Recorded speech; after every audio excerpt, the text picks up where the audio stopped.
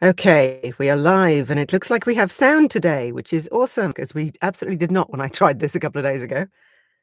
So, yay, sound. All right.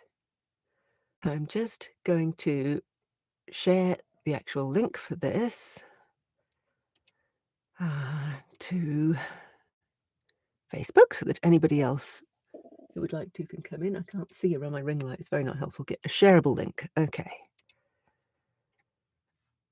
And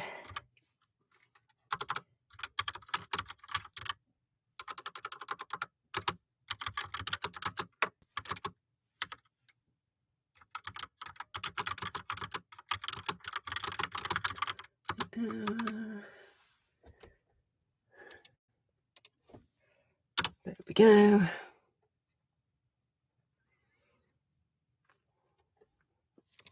All right, live link.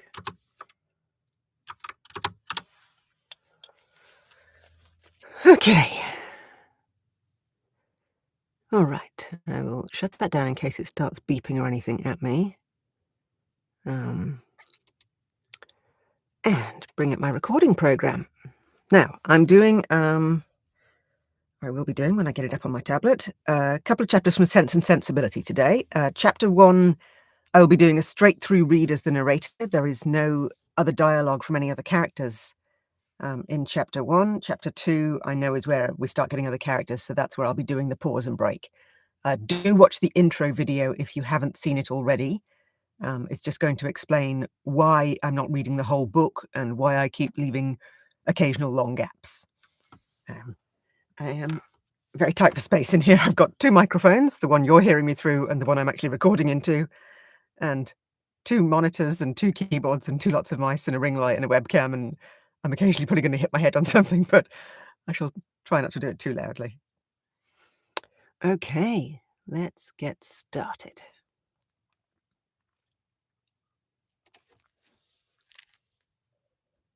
Chapter 1. The family of Dashwood had long been settled in Sussex. Their estate was large, and their residence was at Norland Park, in the centre of their property, where, for many generations, they had lived in so respectable a manner as to engage the general good opinion of their surrounding acquaintance. The late owner of this estate was a single man, who lived to a very advanced age and constant companion and housekeeper in his sister. But her death, which happened 10 years before his own, produced a great alteration in his home, for to supply her loss, he invited and received into his house the family of his nephew, Mr. Henry Dashwood, the legal inheritor of the Norland estate, and the person to whom he intended to bequeath it.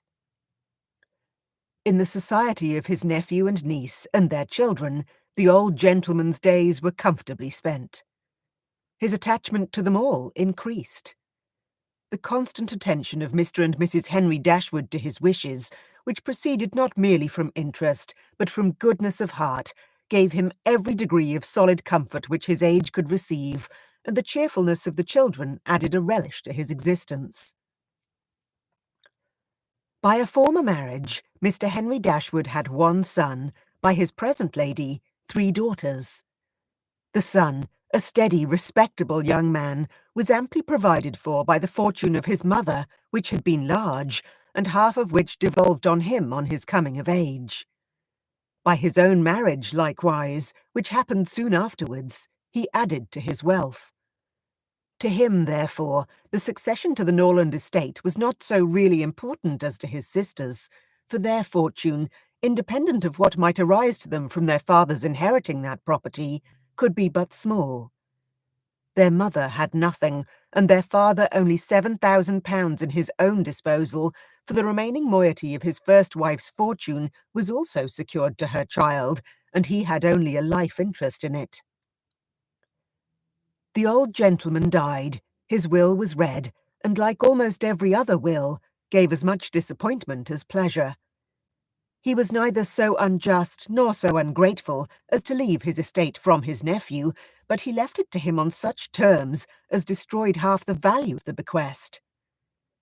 Mr. Dashwood had wished for it more for the sake of his wife and daughters than for himself or his son, but to his son and his son's son, a child of 4 years old, it was secured in such a way as to leave to himself no power of providing for those who were most dear to him and who most needed a provision by any charge on the estate or by any sale of its valuable woods.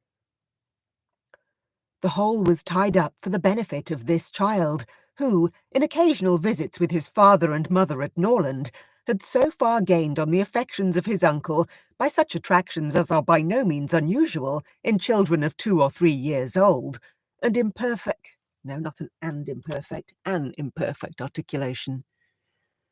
Okay, now I have to go all the way back to the beginning of that sentence, which is there.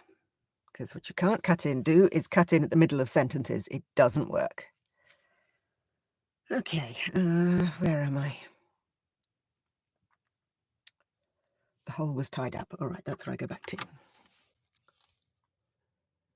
The whole was tied up for the benefit of this child, who, in occasional visits with his father and mother at Norland, had so far gained on the affections of his uncle by such attractions as are by no means unusual in children of 2 or 3 years old, an imperfect articulation, an earnest desire of having his own way, many cunning tricks, and a great deal of noise, as to outweigh all the value of all the attention which, for years, he had received from his niece and her daughters.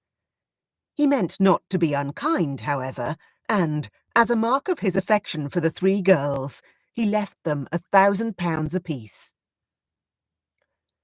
Mr. Dashwood's disappointment was, at first, severe, but his temper... His temper? I don't even know what his temper might be. You do get these ridiculous outtakes. Okay.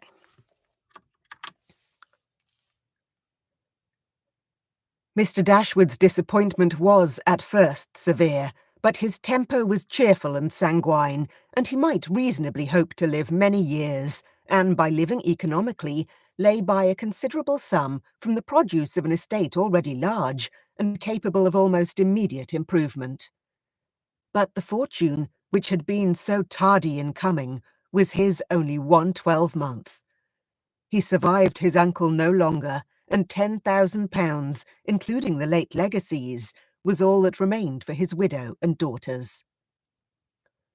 His son was sent for as soon as his danger was known, and to him Mr. Dashwood recommended, with all the strength and urgency which illness could command, the interest of his mother-in-law and sisters. Mr. John Dashwood had not the strong feelings of the rest of the family, but he was affected by a recommendation of such a nature at such a time, and he promised to do everything in his power to make them comfortable. His father was rendered easy by such an assurance, and Mr. John Dashwood had... Tangled my tongue in that.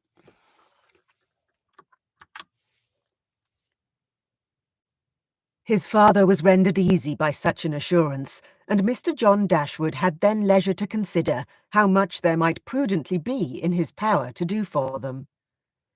He was not an ill-disposed young man, unless to be rather cold-hearted and rather selfish is to be ill-disposed, but he was, in general, well respected, for he conducted himself with propriety in the discharge of his ordinary duties. Had he married a more amiable woman, he might have been made still more respectable than he was. He might even have been made amiable himself, for he was very young when he married, and very fond of his wife. But Mrs. John Dashwood was a strong caricature of himself, more narrow-minded and selfish. When he gave his promise to his father, he meditated within himself to increase the fortunes of his sisters by the present of £1,000 apiece. He then really thought himself equal to it. The prospect of 4,000 a year, in addition to his present income, besides the remaining half of his own mother's fortune, warmed his heart and made him feel capable of generosity. Yes, he would give them £3,000. It would be liberal and handsome. It would be enough to make them completely easy. £3,000. He could spare so considerable a sum with little inconvenience. He thought of it all day long, and for many days successively, and he did not repent. Oh, I knew I was going to hit my head on that mic. I'm just pausing there because in my script that is in inverted commas, and I'm wondering if that is supposed to be in John Dashwood's voice. I don't know, but what I'm going to do is mark it for the attention of the editor and comment.